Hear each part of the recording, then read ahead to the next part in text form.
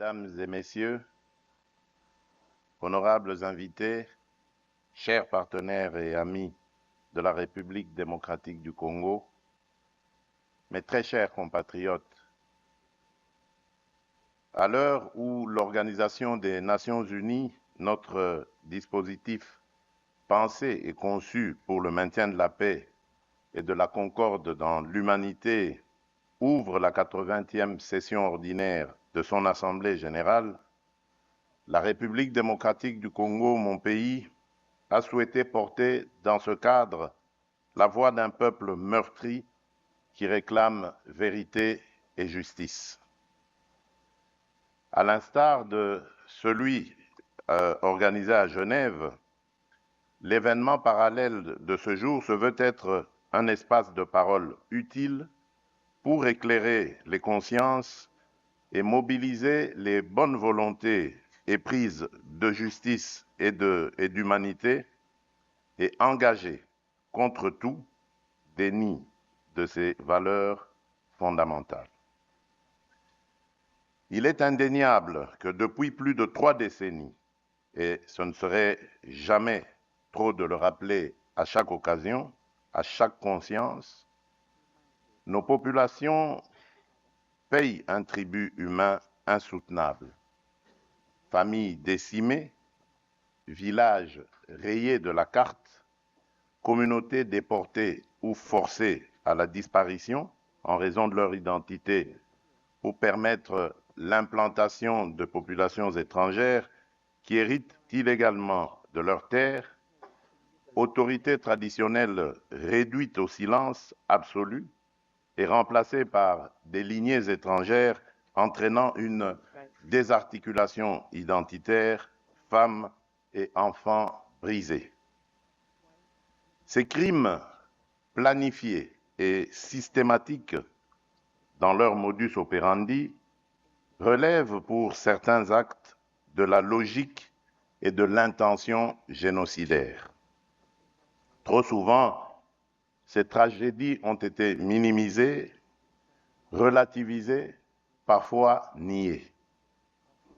Nous sommes ici pour briser ce silence, lever le voile et appeler solennellement à la reconnaissance internationale des génocides perpétrés sur le territoire congolais, condition d'une justice qui répare et d'une paix qui dure. Notre plaidoyer se fonde sur des assises juridiques incontestables et sur un corpus de rapports concordants, nationaux et internationaux, qui documentent l'ampleur, la systématicité et l'intention criminelle de ces atrocités. Il ne s'agit pas d'émotion, mais de droit. Pas d'accusation gratuite, mais d'établissement rigoureux des faits. Le débat que nous proposons s'organise autour de 3 axes très concrets. Le premier, c'est cartographier les faits à caractère génocidaire commis en République démocratique du Congo au cours des 30 dernières années. Le second s'agit d'établir l'existence de génocides perpétrés sur notre sol à l'aune des critères reconnus par le droit international. Et le troisième, c'est de mettre en place une architecture de justice transitionnelle adaptée à nos réalités, garantissant vérité, poursuite et réparation. Everyday, Garantissant vérité, poursuite et réparation. Pourquoi maintenant? Parce que notre génération a la responsabilité de rompre le cycle déni, impunité, récidive. Parce que la prévention exige d'abord la nomination des crimes et la reconnaissance des victimes. Parce que la stabilité de toute une région dépend de la capacité à dire le vrai, à juger le criminel, à réparer l'irréparable et à garantir la non-répétition.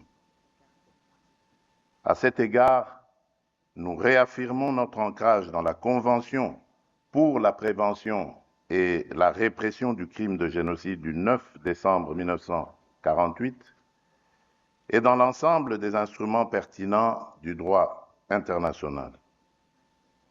Notre démarche est conforme à ces principes. Elle vise la vérité, elle exige la justice et elle appelle à la réparation. Mesdames et messieurs, notre appel s'adresse à chacun des acteurs ici présents. Aux États, appuyer l'établissement d'un mécanisme international robuste de vérité et de qualification juridique des crimes, assorti de capacités d'enquête, de préservation des preuves et de coopération judiciaire. Aux organes des Nations Unies et aux organisations régionales, conjuguez vos efforts pour garantir la protection des civils aujourd'hui, la justice pour les victimes hier et des garanties crédibles de non-répétition demain. Aux institutions de justice, nationales, régionales, internationales, faites prévaloir la compétence et la complémentarité afin que nulle zone grise ne subsiste pour l'impunité. Et enfin, à la société civile, aux survivants et aux chercheurs, votre travail de documentation, de mémoire et d'accompagnement est la clé qui ouvre la porte de la reconnaissance et de la réparation. Nous vous rendons hommage. Ce combat n'est dirigé contre aucune communauté. Il est mené pour l'humanité.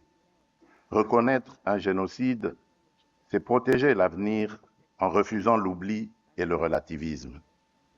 C'est aussi accepter que la paix ne se décrète pas.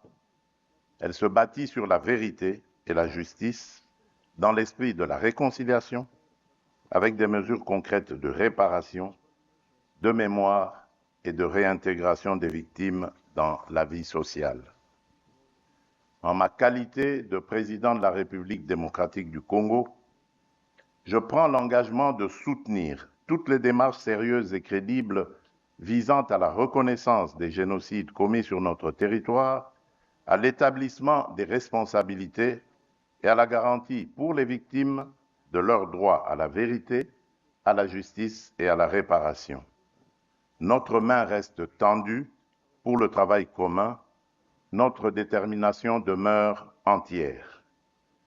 Je forme le vœu, à la suite de Genève, que de New York s'élève une voix claire afin de ne pas oublier, ne jamais répéter, commencer à guérir.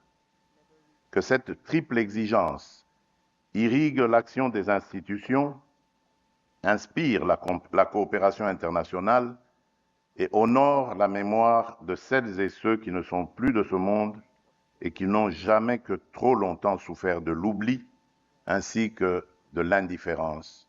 Je vous remercie.